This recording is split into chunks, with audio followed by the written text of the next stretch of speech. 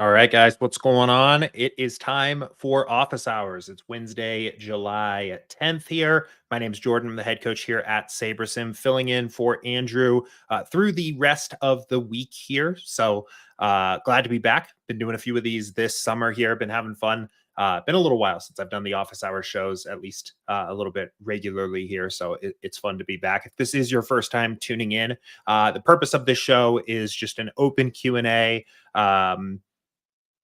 Open Q&A show here where you can ask questions to me about SaberSim, about DFS strategy, whatever really you guys want to talk about. If you have any questions that have popped up from watching one of my videos, this is a great opportunity here to ask those questions. We have a couple questions in our queue here for today already in the Discord server. If you have questions for me, you can fire them away into the YouTube chat or into that channel in Discord, the Office Hours channel in Discord here. Either of those are fine.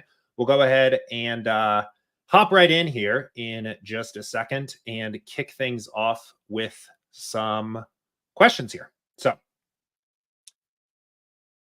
cool. Okay. So a few questions from Art here.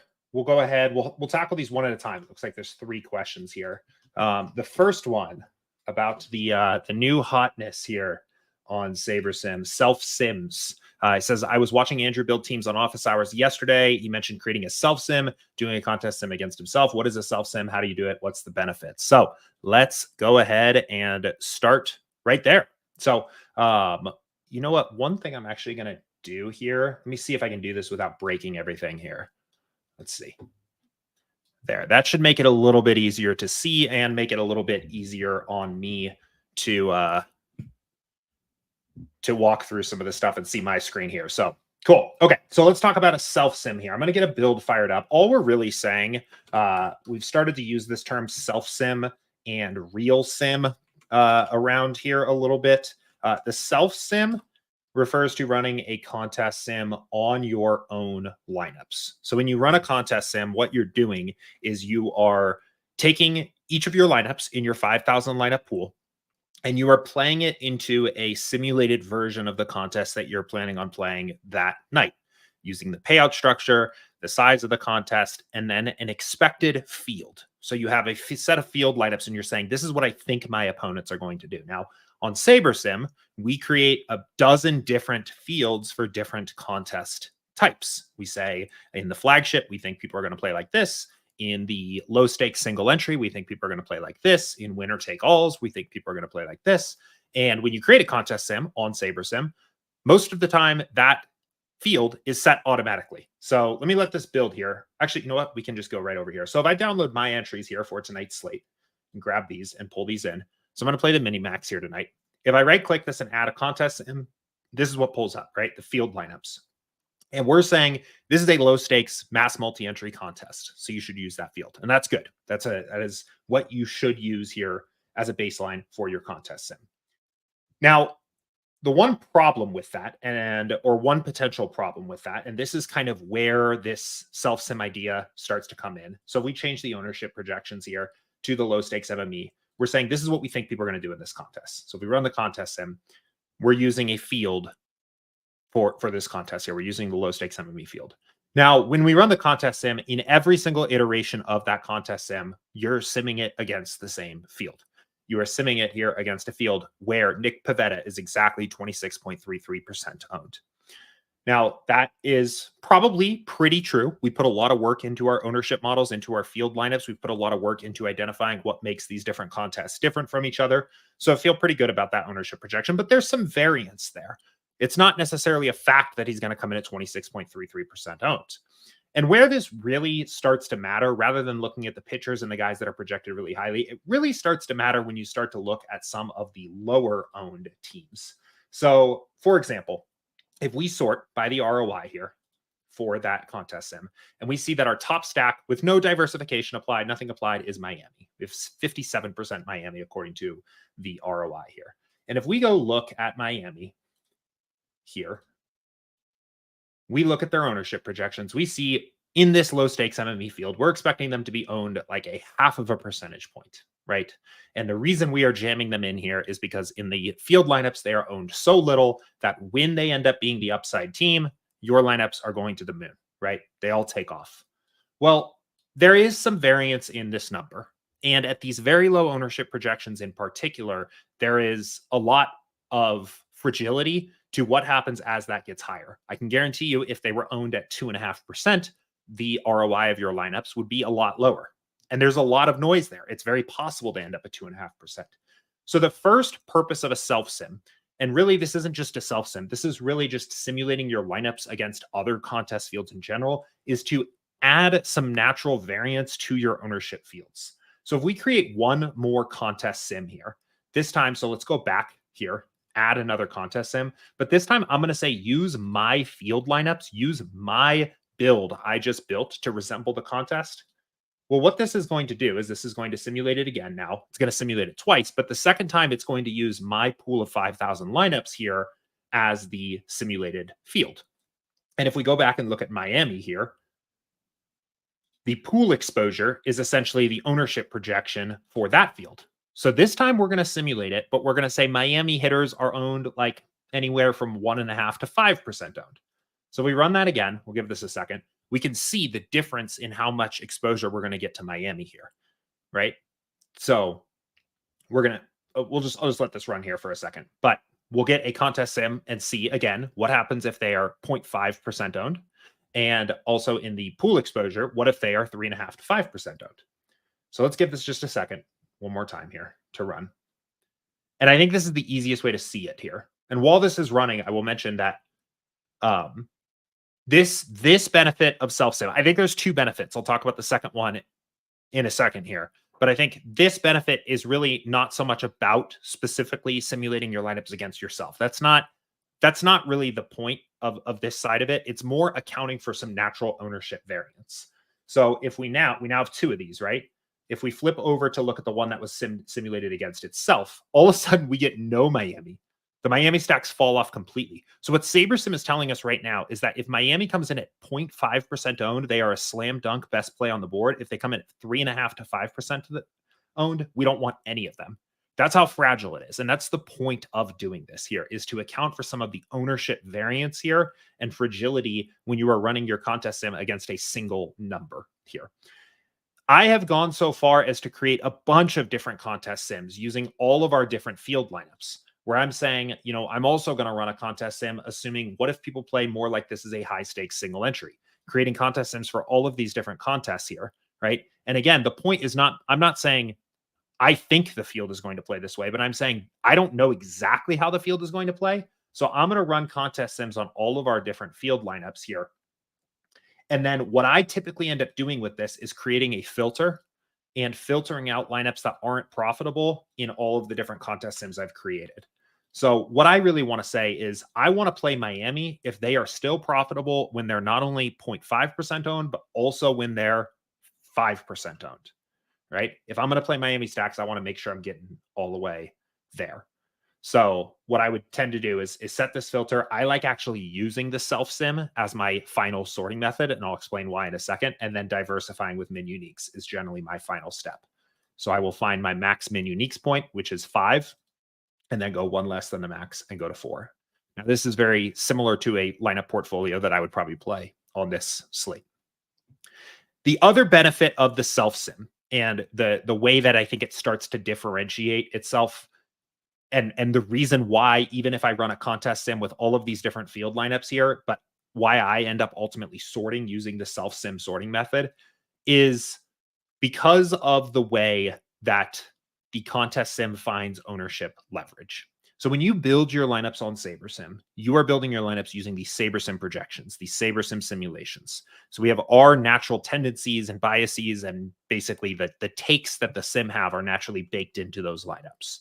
The field lineups that we create for all of those different contest fields are using an industry aggregate projection. So we're basically trying to predict what is the real field you're playing against going to do. And that is a good thing, right? If you believe, and we believe, that our simulations are the best out there and that there is an edge in being more right than what the field is going to do, it's going to find these micro inefficiencies and exploit them really heavily. So even if we bounce back now after having filtered those two, even if we bounce back, right, like we are basically saying Oakland is undervalued on this slate, right? Atlanta is undervalued. Texas is undervalued here, but that is relative to a specific ownership projection and relative to what we think the field is going to do. So another way of thinking about this, and I don't think I'm explaining this very well. Another way of thinking about this is that the using a contest sim with the real field is going to really exploit the differences between SaberSim projections and other sources out there. That is kind of an exploitative approach to DFS, and a self sim will push you in a more balanced way, because this time you are saying, by simulating your lineups against themselves, you are removing this trying to exploit a SaberSim edge and instead trying to play in this kind of game theory optimal approach, where if we basically compare apples to apples and say we're taking a field that SaberSim built and simulating it against itself, the most balanced portfolio is going to come out of that on top. And I think I probably did a very poor job of explaining that. It is mostly, I do want to say this is more about ownership variance than I think avoiding that second thing. But I also have a tendency to want to play balanced portfolios of lineups. So I tend to make my final sorting method against the self sim. Last point on this, and I want to mention this right now, this is going to sound very confusing and weird, right? Like I'm sure there are a lot of questions out there, and we've been seeing some questions of people that are like, what is this? Why do I have to do this? Why is this the first time I'm hearing about this? This whole idea of ownership variance in your contest sim and self sims and real sims and all that is kind of an idea that has somewhat organically come out of conversations that we've been having in our pro content and in internal conversations. And it's very new.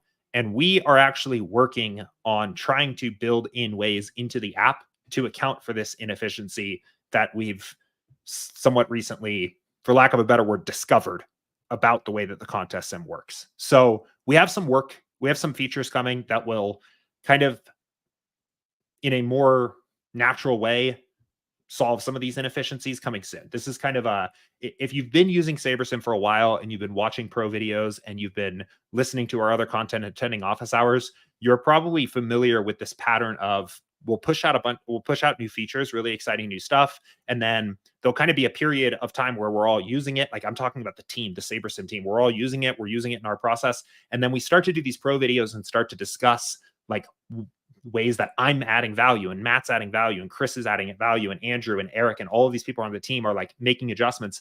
And as we start to narrow in on like, we're all kind of doing this thing to solve this problem that we all notice, then we build a new feature to solve that problem. So that's the part of the process we're in right now, where we're building the new feature to kind of solve a little bit of an inefficiency we've discovered here. And it's not as if you're dead if you're not doing this. You're probably just playing a little more exploitatively than playing balanced. You're going to be a little swingier to your bankroll. You're going to have big nights. You're going to have worse bad nights if you're not accounting for any ownership variance, right? Because we basically just saw that in action here using these two different sorting methods. In case one, right, we're going to kind of make a big stand and we're going to play Oakland. And Oakland's a really good example, right? 4.4 run total. We're going to get 33% of them, right? We're kind of really counting on the field not playing enough Oakland. But when we go to the real sim or the self sim, sorry, they kind of fall down. And instead, we're going to say, we're going to get 18%. We're about going to match how often they show up in our pool. We're going to focus on really the three teams that have the highest run totals as the biggest portion of our portfolio, right? We're basically getting exposure to the best projected teams, and we're playing a pretty balanced way that way. So anyway, that's what a self sim is. That's how you do it. And that's the benefits. And then keep in mind that like, this is very timely right now, but we have some features coming out here to help with this. So I don't want to say too much, but some actually pretty awesome stuff coming in here soon. So I see a couple questions in the live chat here. We'll get to those in just a second.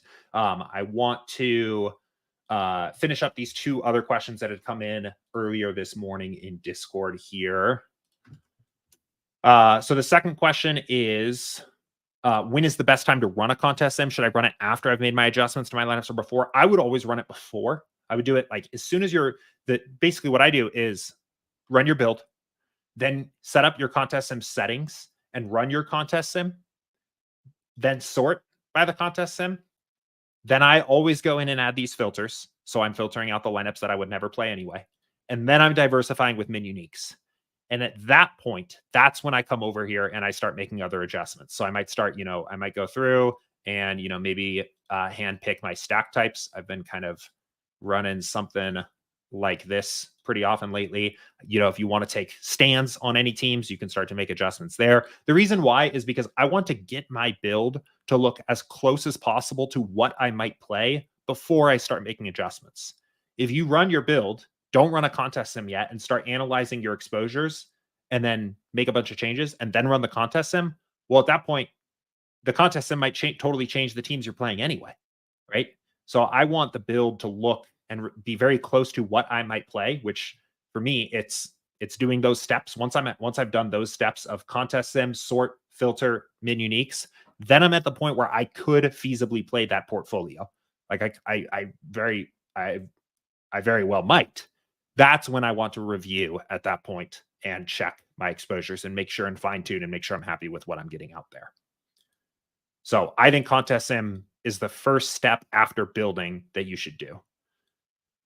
And then last question here is, do I need to rebuild after I make adjustments, for example, exposures?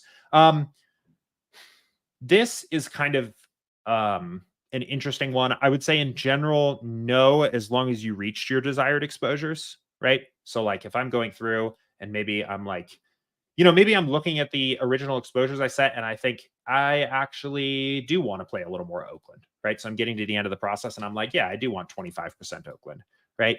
That's going to be a pretty easy exposure for SaberSim to reach. All it's going to do is pump up a couple extra lineups to get me up to that 25% threshold. You're probably fine. If you're making a lot of changes, right? If you're kind of tweaking a lot of things, making a lot of adjustments here, and especially if you ever see the message that says, here, I'll pull it up on the screen just so we can see it. If you ever see this message, right, at that point, you certainly want to rebuild lineups because we're not reaching the desired exposures, right? We want to rebuild so SaberSim knows what we're trying to do.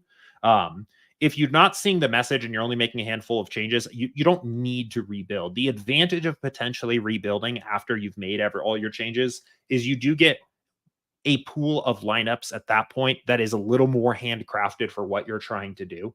So a good example of this is I just eliminated a bunch of stack types I didn't want to play, right?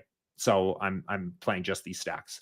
Well, making up a portion of my pool is lineups of stacks that I know I don't want to play, right? It's not a ton, but 29, 13, 10, 8, 7, 5, 4, and 1, right? Like there are lineups in my pool that I'm not going to play because I didn't like their stacks and they're taking up a spot, right? 5,000 lineups seems like a lot until it doesn't.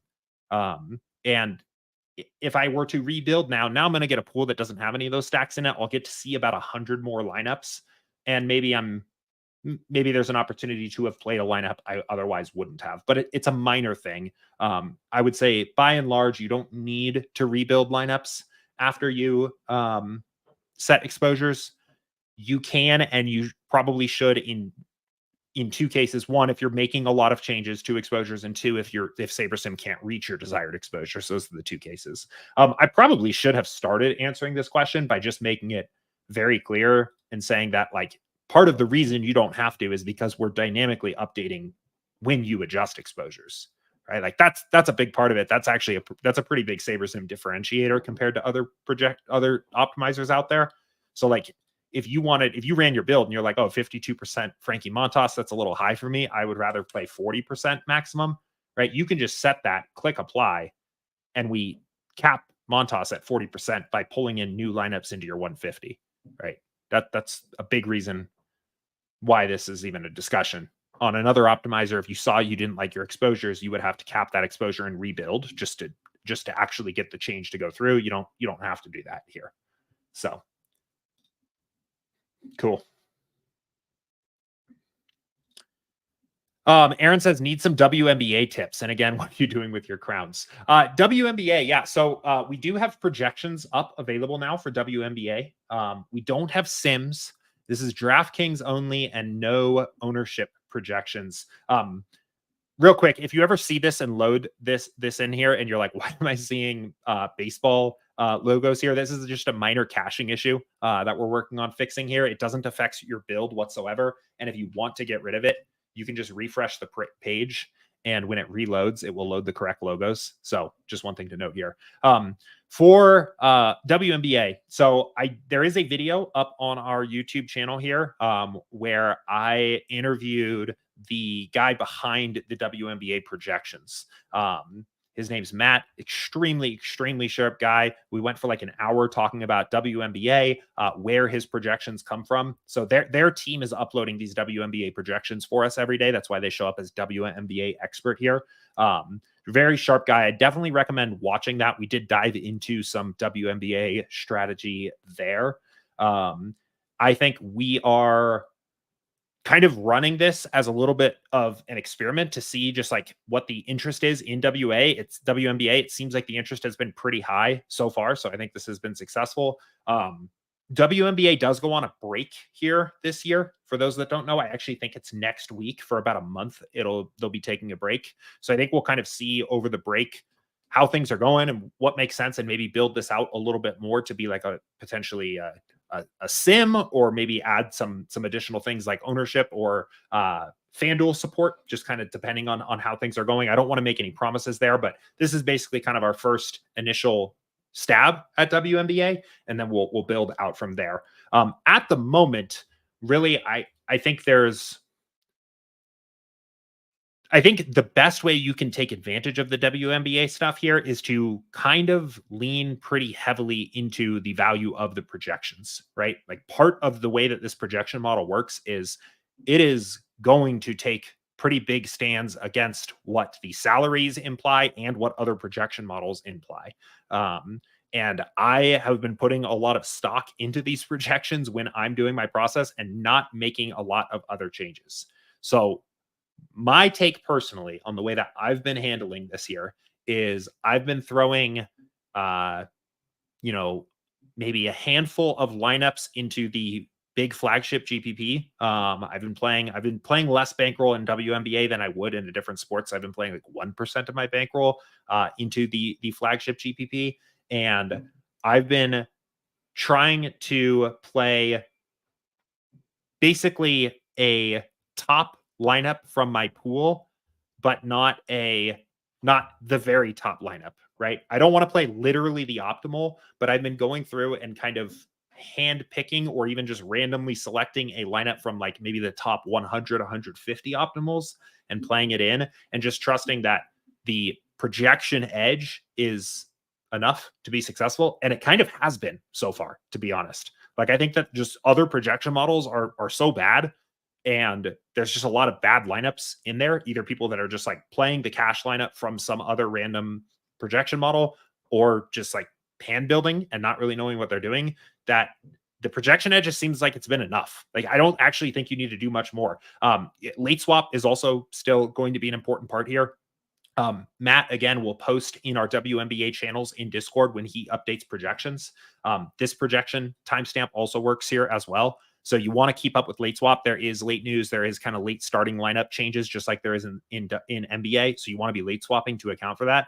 But I've been like basically just letting it rip on all. If I were to play like this slate, I would have set it at, maybe 100 lineups and built these. And if I was, whoa, holy crap, what just happened? Okay, there we go. There we go. Sorry about that. I would probably just like build the top 100 optimals and then either kind of hand pick a handful that I liked based on their construction, or just literally just random pick from the top 100 5 lineups or so. And the reason I'm doing that, just to be clear, I don't know if I made this as clear, is because there's no sims here and we're just building in optimizer mode here, you're going to get the same lineup at the top every time. So everybody at SaberSim is going to see the top overall lineup if they build. So I don't want to play the number one lineup, because I think a lot of you guys are maybe doing that as well. So but now after this stream, maybe I need to start playing the number one lineup again, because if you guys all start doing that, then maybe I need to play that one. But I don't literally want to play the cash optimal of this projection set. I want to play like a lineup that's a little less likely to be duped. So I'll build up the top 100, enter a handful of them, stay focused for late swap and pay attention to that and let it rip. And that's honestly been pretty successful for me. Like I've been, it's almost refreshing. It reminds me of like NBA DFS maybe like 5 years ago, when people just didn't know what was going on. Projections were way weaker. You got a lot of people playing cash lineups and not late swapping and stuff like that. It's kind of fun. So I've been enjoying it, but that's what I've been doing so far. And I think again, some of that is limited by the fact that like it's basically SaberSim's kind of functioning as a traditional optimizer for this particular sport, and we're limited in some of the things that we can do here for now. So, but it's been interesting too, like flexing some of those old optimizer muscles, because it's been a while since I've like thought about how to build lineups in this way, and how to pick your lineups and how to score them. Right, that's another thing that I've been kind of playing around with. It's tough without ownership projections to do much beyond just sorting by projected score, but it's been kind of an interesting experiment. So, yeah, just to kind of close the loop, if I were to actually fill an entries file, I don't have one for this slate here, but I would like save, and I would keep the number of lineups at 100, or you could change this if you wanted to maybe the top 50 or something like that too, and then just fill using a unique random, and it would just randomly select 5 lineups out of this 50 here to put in.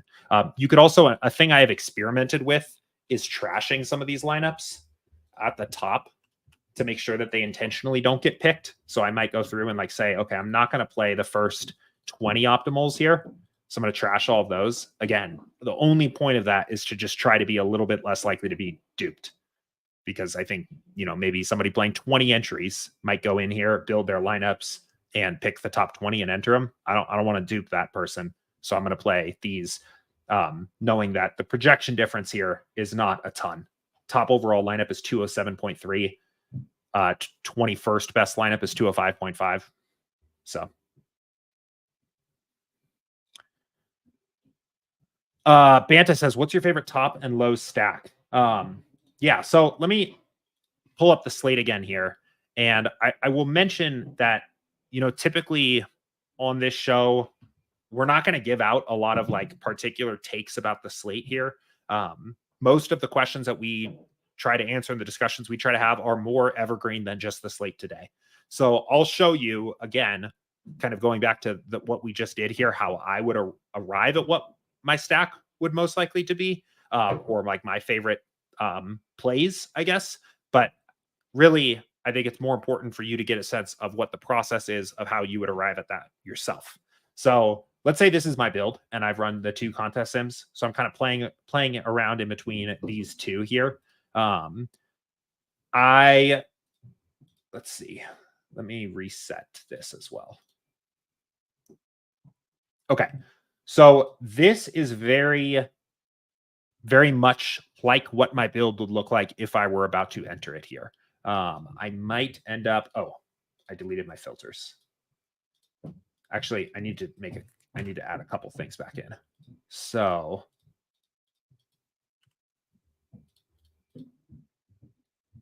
okay, now this is very much, actually, let's do this as well. Handpick my stacks. So this is very representative of what I would probably end up playing on this slate were it locking right now. This is probably pretty close. And what I've done here is I've taken a pool. I've built 5,000 lineups using the SaberSim simulations, each one of which is the best possible GPP lineup for a given way the slate could play out.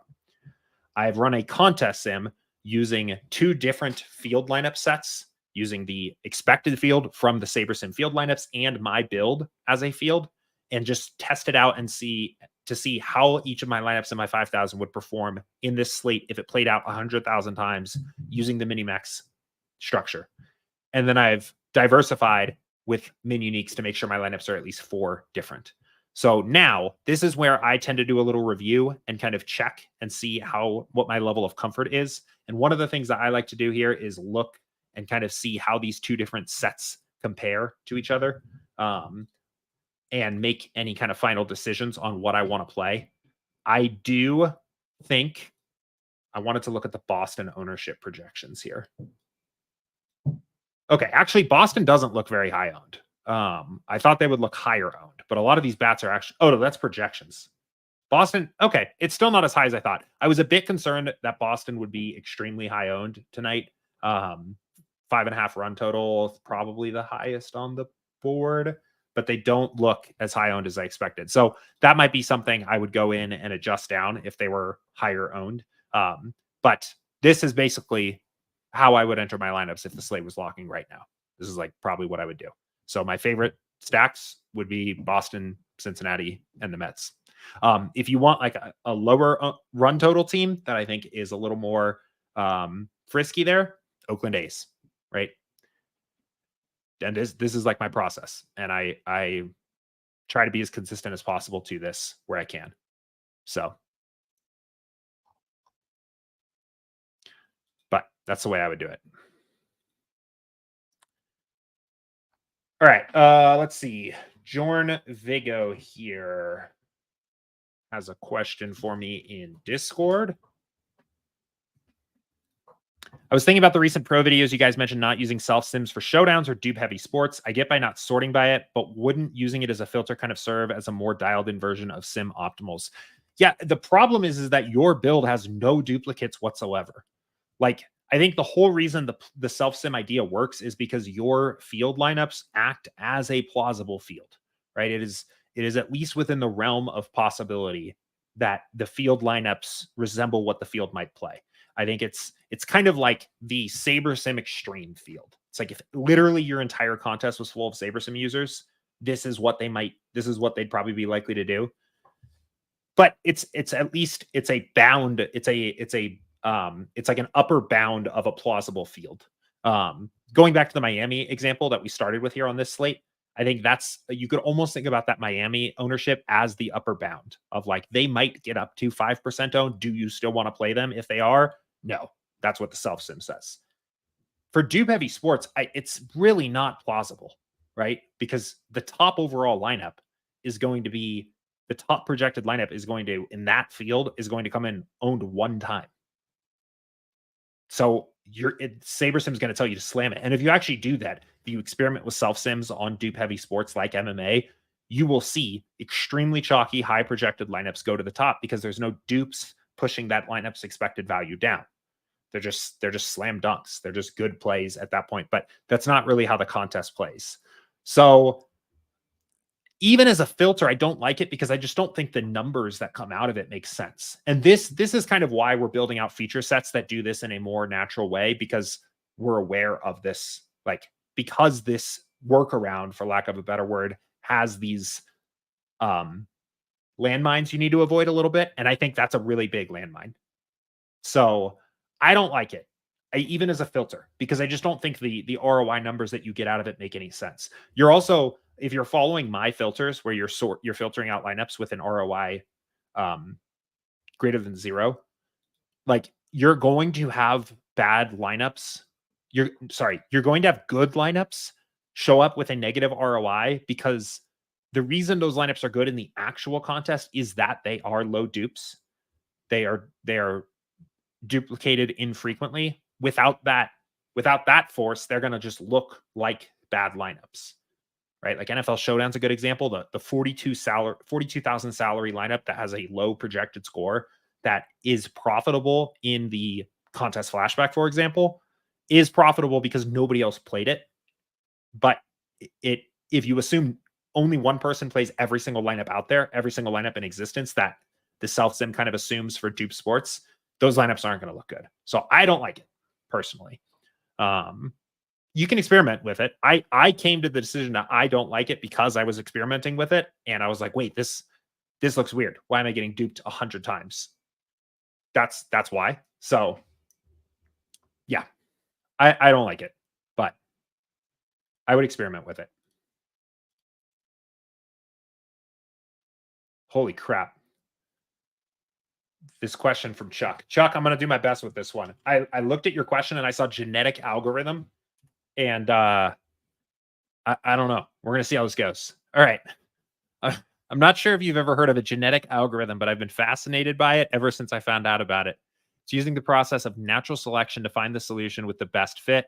I've programmed in the factors that are important when it comes to balancing EV with portfolio diversification, and what it gave me was very interesting. It reminds me of what sim diversity does when creating a build. What are your thoughts on this? I tested out in the MLB slate today and got a slight profit. I mean, it sounds cool. I have no idea what you're like specifically doing, to be honest. But yeah, it sounds cool. I mean, I like the idea of like competing lineups against each other to decide which ones to play. I've experimented a little bit with that in kind of a similar self-sim way. Like one thing I've done is before I ever started doing this strategy, what I would do is using the actual kind of real sim here. I would, let me remove that one. Let's see. Go back to my like super Miami build. So I would take like the set of lineups that I was willing to play.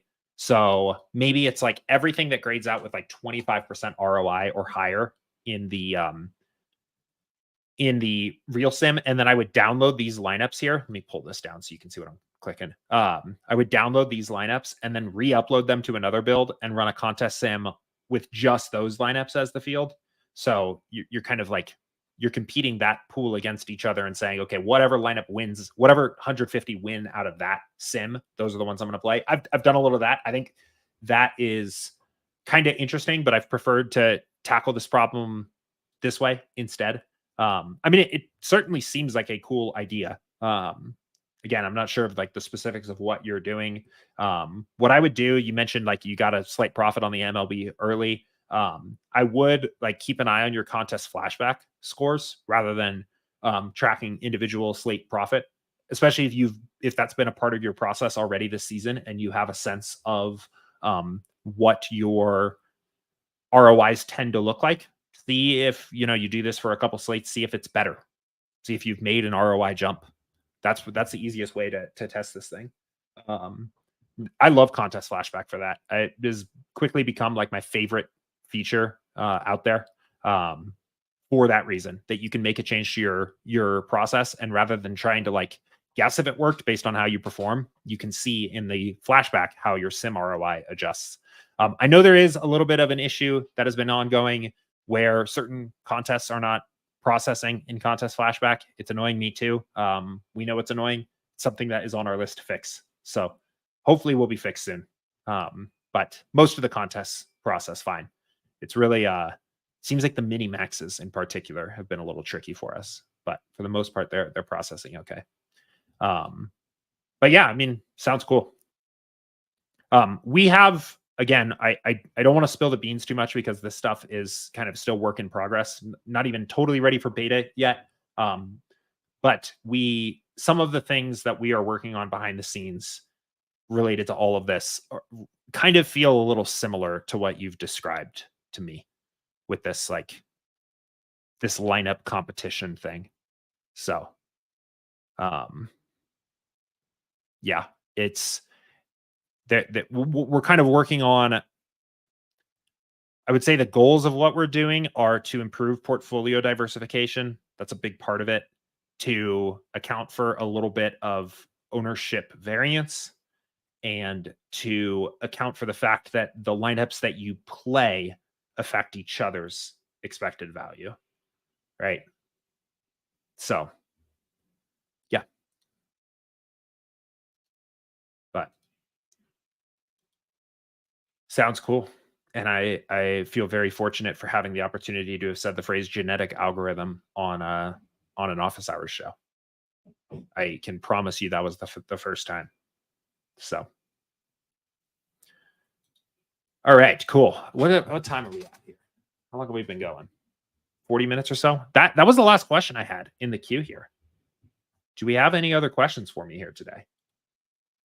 I would kind of just do a build for the slate here. But I've kind of done that already as well. Right? We basically already walked through that. That is kind of my go-to here when we dry up on questions. But let me take a look here and see if there's anything jumping out to me here about this slate. But one of the things that I have been starting to do a little bit more is be a little more restrictive with my stack types. Been leaning into like this for bigger main slates. Like I would say like 5-6 games or more. Been pretty restrictive with the stack types that I want to play. I've just noticed again in flashback that a lot of the top guys, top 150 maxers you see in there are playing pretty restrictive sets of stacks. So this is what I've tended to do, and even more so, like I really want to just hit these 5-2s, 5-3s, and really 5-2. I actually think like I'm going to say this, and I want it to be clear that what I'm not saying is lock 5-2s. I don't think it's actually like necessarily the worst thing if you did do that, but that's not what I'm doing. But I think 5-2s is the best baseball stack.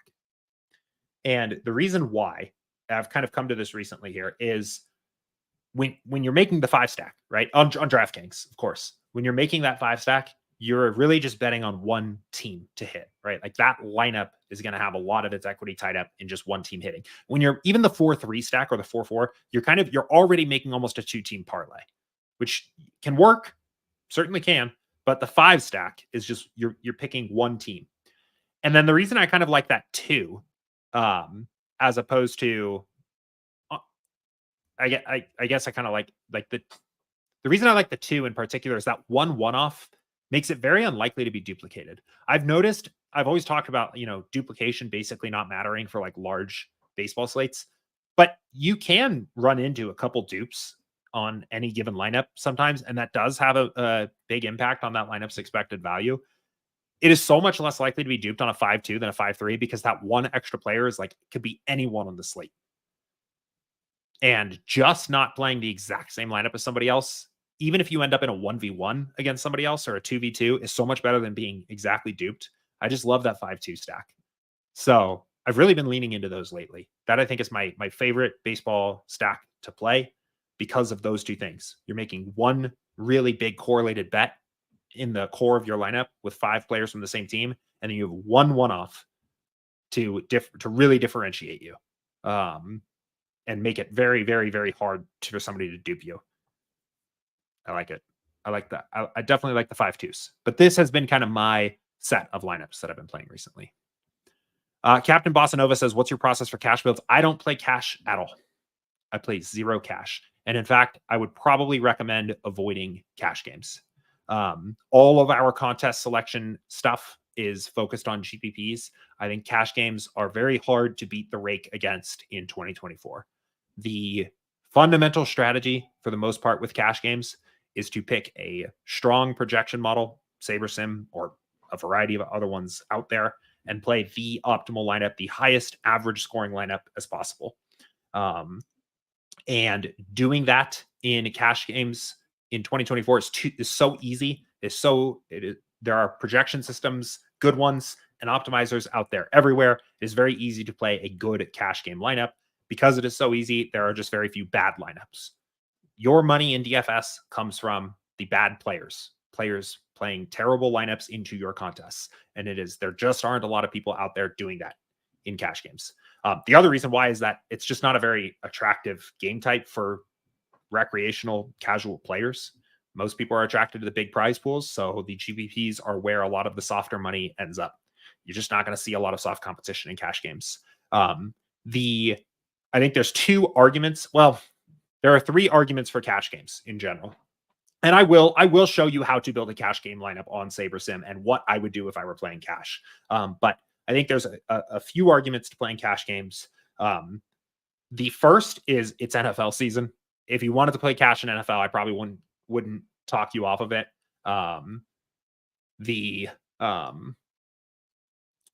There's soft money in those contests because NFL is just huge. So cash games in NFL is probably fine.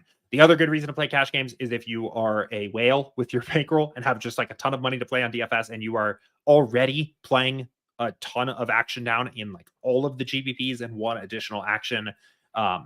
You at that point, maybe a 1 to 2% ROI in cash games over the long term is actually worth it for you.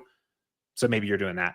The third is, I think, the edge in cash games. If you were to like seek an edge, like an advantage player kind of philosophy, would be intentionally seeking out the weakest opponents possible. So I think you could headhunt head-to-heads really intentionally and specifically look for like badgeless players posting head-to-heads and scoop them extremely quickly. You could, I think, look for situations like single entry, large field, double ups and things like that are probably likely to have fewer good lineups. And you could, I think, be very intentional about finding those weak opponents to go head to head against. That's really, I think, like the biggest edge there. So, but if you were to build a cash game lineup on SaberSim, the way I would go about doing it here is switch to optimizer mode to just optimize by average projection. I would probably build, the top 20 is fine.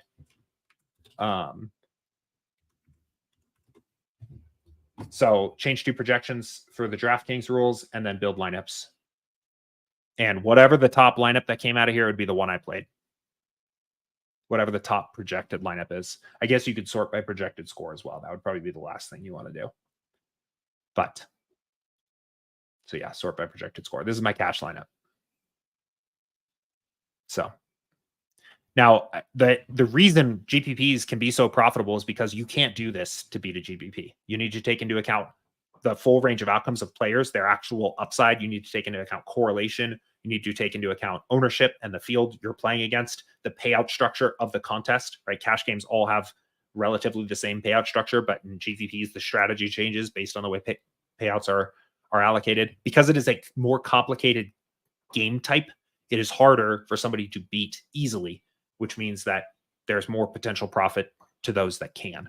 So we are like entirely focused on GPPs. And I think it is a old relic of the way that DFS used to be talked about a few years ago. The idea that cash games are either easier or even like lower variance. I guess they are lower variance in a very literal way. But I don't think if you're losing money, you're not lowering your variance at all. So I think in effect, the fact that it is harder to beat cash games has ruined the idea that they are like a consistent cashing opportunity because they're hard to beat. So, yeah.